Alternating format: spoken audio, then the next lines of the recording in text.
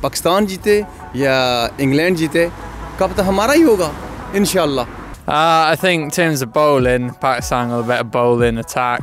I think it'd be a good run chase for England really. I think they're better off bowling first because they got the weaker attack and then hopefully knock it off. مجھے خوشی ہے, انتہا خوشی ہے, جو بھی team one ہوگی وہ میری ٹیم ہوگی, ہماری ٹیم ہوگی, ہم اس کو خوش ہم دیں گے, مبارکباد دیں گے. یہ گیم ہے, اس میں ایک ہارے گا ایک جیتے گا.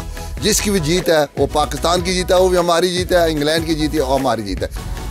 انگلینڈ کی بیٹنگ اچھی ہے اور پاکستان کی بولنگ اچھی ہے. تو آن دا ڈے جو بھی چل گیا, بیٹنگ چلی ہے, بولنگ چلی, لیکن Pakistan favourite. England have played so well, and now that Butler and Hales is playing so well, that Pakistani will have trouble beating them.